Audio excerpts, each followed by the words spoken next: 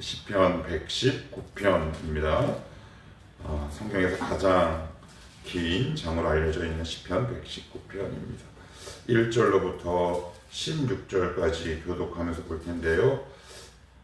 제가 오늘 좀 첨언을 하면 이따가 따로 설명을 드리긴 하겠지만 평소 여러분들이 주의해서 읽긴 하지만 오늘은 조금 더 주목하고 주의해서 한번 잘 읽어보시면 좋을 것 같습니다. 제가 왜 그런지는 이 말씀을 교독하고 나서 말씀드리겠습니다.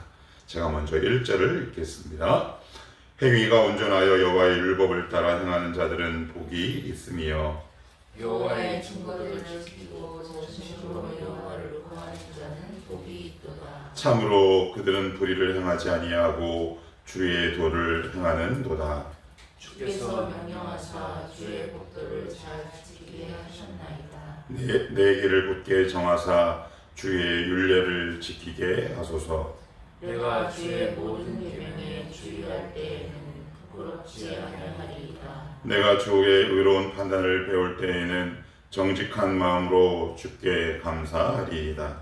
내가 주의 율례들을 지키오니 나를 아주 버리지 마옵소서. 청년이 무엇으로 그의 행실을 깨끗하게 하리이까 주의 말씀만 지킬 따름이니이다. 내가 진심으로 주를 찾아싸우니 주의 계명에서 떠나지 말게 하소서. 내가 주께 범죄하지 아니하려 하여 주의 말씀을 내 마음에 두었나이다. 찬송을 받으실 주 여호와여, 주의 율례들을 내게 가르치소서. 주의 입의 모든 규례들을 나의 입술로 선포하였으며 내가 모든 제물을 즐거워한 같이 주의 증거들의 오를 즐거워하였나이다. 내가 주의 법도들을 작은 소리로 읊조리며 주의 길들에 주의하며 주의 율례들을 즐거워하며 주의 말씀을 잊지 아니하리이다. 아멘. 혹시 눈치를 채셨나요? 예. 먼저 우리 119편에 대해서 간략하게 개요를 좀 말씀을 드리면 이 시편 119편은 제가 이미 반복해서 말씀을 드렸어요. 뭐냐? 답관체다. 답관체는 무슨 뜻이라고 그랬나요? 오행시, 삼행시. 무슨 얘기냐? 히브리 알파벳은 총 22개 글자가 있는데 알렙, 베트부터 시작해서 끝에까지 순서에 맞게 이 시를 지었어요. 여러분 그게 굉장히 어렵습니다. 여러분 삼행시만 하더라도 이게 짓기가 어려운데 자그마치 쉽게 얘기하면 176행시를 알파벳 순서에 따라 의미를 부여하면서 짓는다는 것은 결코 쉬운 일이 아니다. 얼마나 이 시편 기자가 이것을 쓰는데 몰두했고 집중했는지를 알 수가 있습니다. 누가 지었느냐? 뭐 다윗이라고 얘기하는 사람도 있고요. 그리고 익명의 레위인이라고 얘기를 하는 사람도 있습니다. 그런데 뭐 누가 지었든 간에 그것보다 더 중요한 것들을 한번 본문을 차분히 살펴보면서 나눠보도록 하겠습니다. 제가 아까 여러분들과 교독하기 전에 주의해서 보십시오 라고 말씀을 드렸습니다. 그거 왜 그러느냐? 한번 따라가 봅시다. 1절을 봅시다. 행위가 온전하여 여호와의 율법. 2절은 여호와의 증거. 3절은 주의 도. 4절은 주의 법도. 5절은 주의 율례. 6절은 모든 계명. 7절은 의로운 판단. 8절은 주의 율례. 9절은 주의 말씀. 10절은 주의 계명. 똑같은 단어가 176절까지 한 절도 빼놓지 않고 반복돼요. 한번 읽어보십시오. 그래서 저는 여러분들에게 권면하기를 시편 119편이 너무 길기 때문에 한 번 읽을 수 없다면 나눠서 정독할 것을 추천합니다.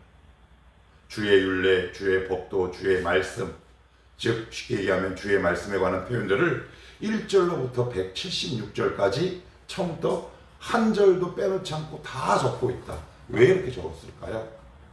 왜 시편 기자가 의도하는 바가 있겠죠?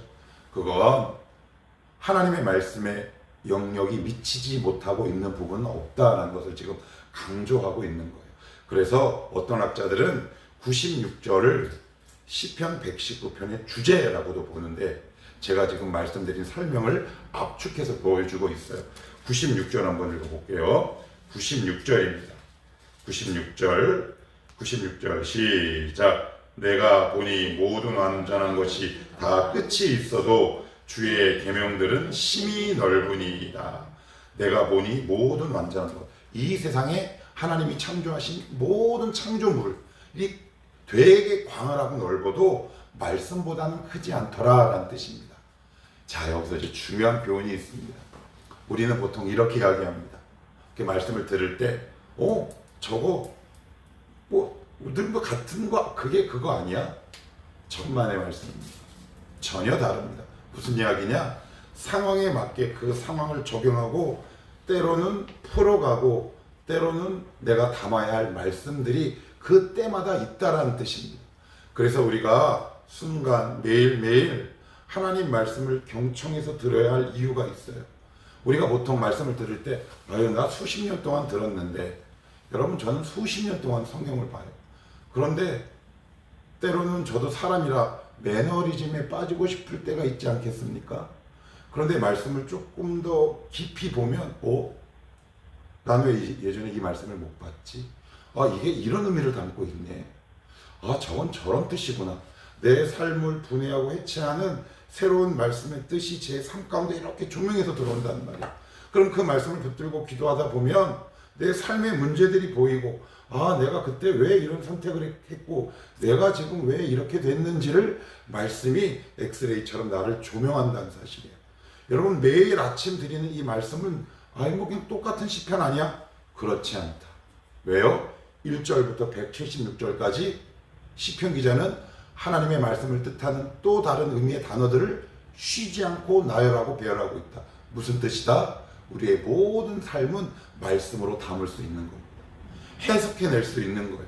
그러니 순간순간 매일매일 하나님의 말씀을 들을 때 우리의 마음가짐과 태도가 어떠해야 하는지 오늘 시편 기자는 우리에게 알려주고 있어요. 특별히 모태신앙이나 신앙의 경륜이 오래된 분들 일예로, 저는 사역자 아니겠습니까? 사역자는 보통 어디 앉냐면 별로 좋은 건 아닌데 저 뒤에 앉습니다. 저 뒤에 보통 앉아요. 그러면 뒷꼭지를 보면 다 보입니다. 다 보여요. 어떤 분은 오면 이러는 분이 있어요. 아침에 나오는데, 주일 예배를 드리는데, 어떤 사람은 하품하는 분이 있습니다. 어떤 분은 자는 사람이 있습니다. 왜 그럴까요? 말씀은 똑같은데. 여러분, 똑같습니까? 똑같습니까? 아니, 다릅니다. A라는 문제에 적용해야 될 말씀이 있고요. B라는 문제에 적용해야 될 말씀이 있습니다. 여러분, 혹시 이런 경험들이 우리 가운데 지금 켜켜이 누적되어 있습니까? 그런데 말씀만 들으면 하품이 나온다거나, 같은 말씀이네? 그렇다면 둘 중에 하나입니다. 목회자의 책임이든지 여러분들의 나태함이든지. 그래서 말씀을 들을 때 혹은 읽으실 때 주의하고 집중해서 또박또박 정독해 가십시오. 그래서 이 자리에서 말씀드리는 것은 빠른 시간 안에 읽으면 좋지만 우리의 시간이 그렇게 많지 않잖아요. 그래서 저는 이걸 추천드려요. 하루에 한 장을 정독하시라. 정독이 뭐예요? 소리내서 또박또박 읽는 겁니다. 그러다 보면 말씀이 부딪히는 구절들이 있겠지요. 아무튼 시편 기자는 1절에서부터 몇 절? 끝절까지 주의 말씀을 뜻하는 다양한 단어들을 사용하고 있다. 집에 가서 한번 찬찬히 제 말이 맞나 틀리나 한번 여러분들 읽어보시겠습니까? 이게 이런 뜻을 담고 있구나. 그러니 말씀은 날마다 새롭죠. 말씀은 날마다 새롭습니다. 지겨워가 아니라 내가 지금 처한 이 상황 속에서 나에게 주시는 하나님의 말씀이 이거구나. 그래서 제가 예전에 말씀드린 것처럼 여러분들이 이 자리에 나오시든 아니면 예배를 드리시든 집에서 개인 경건을 하든 우리가 사람이라 좋습니다. 인간의 연약함이라 어떻게 매일 집중할 수 있겠습니까? 그래도 일주일에 반 정도는 하나님의 말씀을 정말 집중해서 주목해서 듣거나 읽어보십시오. 그러면 반드시 여러분들에게 주시는 메시지가 있습니다. 한 예로 전 오늘 이 말씀 가운데 이따가 말씀드리겠지만 8절을 갖고 오늘 아침에 기도했습니다. 하나님 제가 이따가 제 말씀을 따로 드리겠습니다. 자, 그러면 조금만 더 살펴봅시다. 1절 같이 읽습니다. 시작. 행위가 온전하여 여호와의 율법을 따라 행하는 자들은 복이 있으며, 2절까지 여호와의 증거를 지키고 전심으로 여호와를 구하는 자는 복이 있도다 그랬어요. 자, 여기서 반복되는 세 단어가 있습니다. 1절, 2절에 짧은 구절에 반복된다는 것은 중요하다는 거죠. 하나님의 말씀을 뜻하는 율법과 증거, 두 번째는 지키고, 세 번째는 복입니다. 자, 이제 설교 안 해도 되겠죠.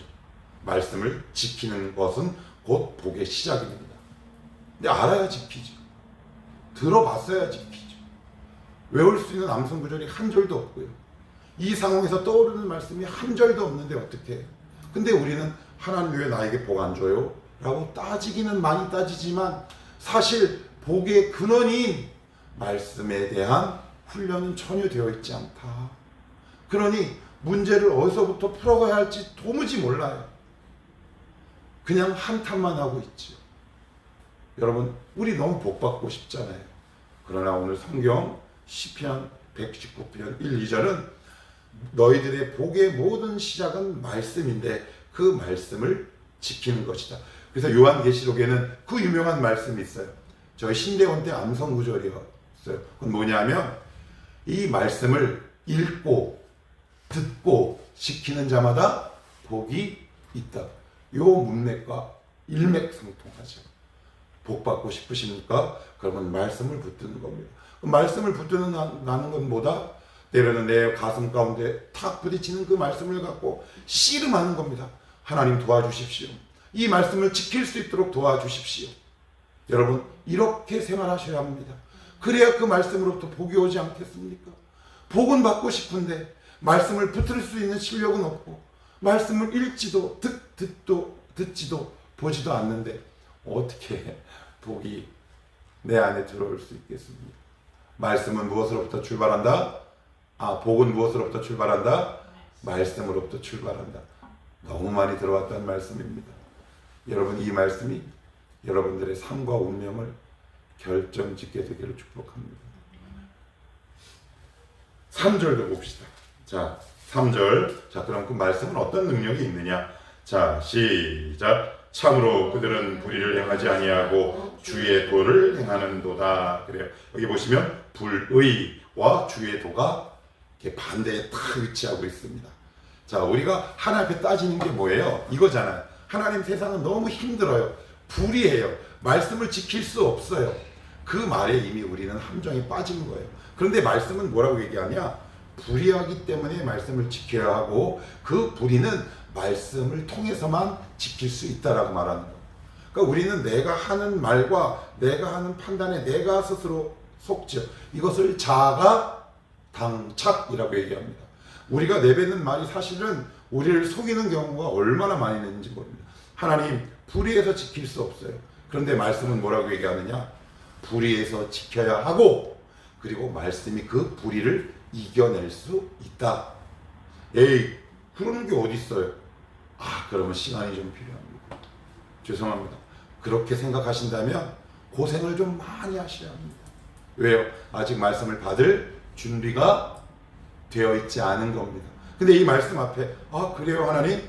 그럼 제가 어떻게 하면 될까요? 라고 질문한다면 그 사람은 희망이 있는 겁니다. 비전이 있는 겁니다. 왜요? 말씀이 일단 그 영혼 가운데 들어왔기 때문에.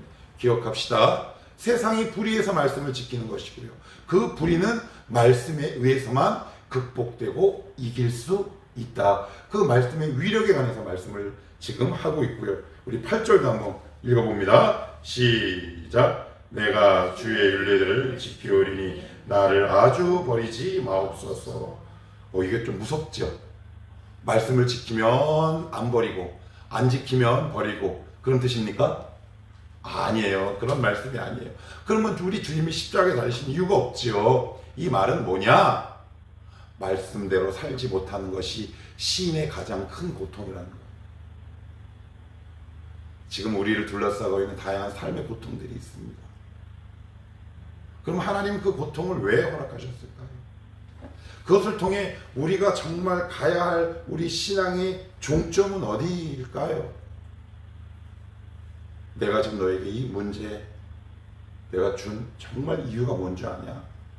그것을 통해 말씀을 지키지 않는 것이 너희가 얼마나 큰 고통을 알기를 원한다. 자, 시간이 가긴 했지만 예레미야 2장 19절을 굉장히 자세하게 표현하고 있습니다. 예레미야 2장 19절입니다. 예레미야 2장 19절.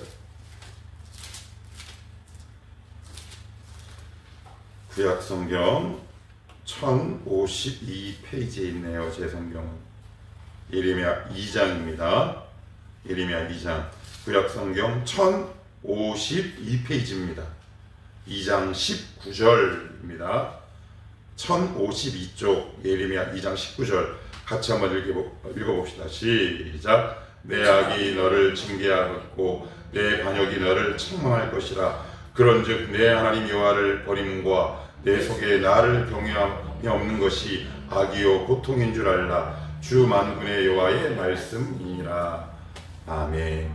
가장 큰 고통은 뭐라는 겁니까? 하나님을 경외하지 않는 것. 지금 시편 기자는 주인과의 관계가 단절되는 것이 가장 큰 고통입니다. 말씀대로 살지 못하는 것이 가장 큰 고통입니다. 그런데 우리는 거의 대부분 뭐가 고통이냐? 돈 없는 것이 가장 큰 고통이죠. 올라가지 못하는 것이 가장 큰 고통입니다. 그래요. 저도 그렇기 때문에 드릴 말씀은 딱히 없네요. 그러나 우리가 그 수준에서 머물러야 되겠습니까? 하나님이 거기보다 한 단계 계속 올라가시기를 원하죠. 너의 정말 문제점이 뭔 줄 아냐? 너의 정말 치유해야 될 부분이 뭔 줄 아냐? 사실은 돈이 아니다. 네가 나를 경외하지 않는 거야. 그것이 네 삶의 핵심이요 본질이다 라고 얘기해요. 이 핵심과 본질을 놔두고 하나님 맨날 돈 주세요. 줬다고 칩시다. 뭐 어떡할 건데? 그래서 어떻게 하시겠습니까? 말씀을 계속 읽고 묵상하다 보면 말씀이 이 자리로 우리를 인도해 가죠. 그러면서 자기 객관화가 일어납니다. 아, 내 문제가 이거였구나. 요즘 여름 관찰 예능이나 관찰 다큐가 유행입니다. 제가 얼마 전에 말씀드린 이혼 승려라는 그 프로그램도 관찰하죠. 그랬더니 어떤 참가자가 이렇게 얘기합니다. 내가 저런 줄 몰랐대. 왜요? 자기의 모습을 카메라를 통해 제3자의 시선으로 봤기 때문이죠. 말씀은 제3자의 모습으로 나를 통찰하는 힘이 있는 겁니다. 아, 내가 이랬구나. 내 진짜 연약함이 이거였구나. 내 진짜 문제가 이거였구나 라는 것을 알게 됩니다. 여러분이 안고 있는 문제는 사실 진짜 문제가 아닐 경우가 많다. 가짜 문제다. 그래서 사단은 가짜 문제로 여러분들의 시선을 자꾸 돌리죠. 그래서 그걸 놓고 기도하게 합니다. 마지막으로 짧게 봅시다. 119편 9절 같이 봅니다. 시작. 청년이 무엇으로 그의 행실을 깨끗하게 하리까? 주의 말씀만 지킬 따름이니이다. 여기 보시면 콕 집어 누구라고 얘기합니까? 콕 집어 청년. 그래서 제가 사전을 찾아봤더니 요 청년이란 말에 두 가지 뜻이 있더라고요. 어리거나 젊거나. 그러니까 청년 맞네요. 그러면 아니 사람 사는 세계에는 청년만 있습니까? 아이도 있죠. 청년도 있고 중년도 있고 장년도 있고 노년도 있어요. 나머지 사람들은 섭섭하다. 근데 왜 꼭 시편 기자는 청년이라는 말을 쓸까요? 지금으로 따지면 10대 후반에서 20, 30대까지 얘기는 청년에 들어가잖아요. 그죠? 왜 청년이라고 할까요? 이유가 있어요. 청년이 가장 정력이 왕성할 때라는 말이에요. 그 정력을 누를 힘이 없어요. 여러분 세상에 나가보십시오. 우리의 눈을 어지럽히는 이 세상의 화려함이 그 청년들의 정력을 푹 하고 찌르기 시작합니다. 그래서 혼돈합니다. 그러고 나서는 좌절하죠. 아, 그게 왜요? 그게 다 안목의 정욕, 눈의 정욕에 내 마음이 함몰되었기 때문 아닙니까? 그것을 지켜낼 수 있는 유일한 방법이 뭐다? 말씀이다. 두 번째는요, 청년을 뭐라고 해요? 인생의 무슨 기? 전성기 혹은 황금기라고 얘기하잖아요. 청년 자체가 황금이에요. 근데 말씀이 들어오면 내가 황금임을 보게 돼요. 내가 나를 황금으로 보며 살아가는 사람과 나를 쓰레기라고 여기며 살아가는 그 인생의 향로가 달라지지 않겠습니까? 너 지금 인생의 황금기야. 그러니 쓰레기로 너의 인생을 장식하지 마라. SNS로 너의 인생을 장식하지 마. 눈에 보이는 것으로 너의 삶을, 영혼을 장식하지 마. 그래서 야곱이 베델로 올라가기 전에 어떻게 하는 줄 아십니까? 장신구와 액세서리를 땅에 묻어버리죠. 그래서 콕 집어 청년이라고 얘기하는 겁니다. 마지막으로는 말씀을 따라 사는 영혼이 청년이다라는 뜻이겠죠. 그래서 이런 사람이 있어요. 교회 안에는 딱 두 부류가 있습니다. 늙은이 같은 청년이 있고요, 청년 같은 늙은이가 있습니다. 저는 늙은이 같은 청년들 보면 너무 답답하고 속이 상해요. 이 청년이라면 하나 앞에 좀 따지기도 하고 막 땡깡도 피우고 이랬는데 문제만 오면 그냥 무슨 득도한 도인처럼 기도도 안 하고 그냥 꼭 참어. 뭐 조선시대 며느리냐? 막 바늘을 찌르면서 내 팔자야 이러고, 아이고 내 가슴이야. 여러분들은 늙은이 같은 청년입니까? 아니면 청년 같은 늙은이입니까? 여러분의 인생이 청년 같은 청년, 청년 같은 장년의 삶으로 살아내시기를 주님의 이름으로 축복합니다. 기도합시다.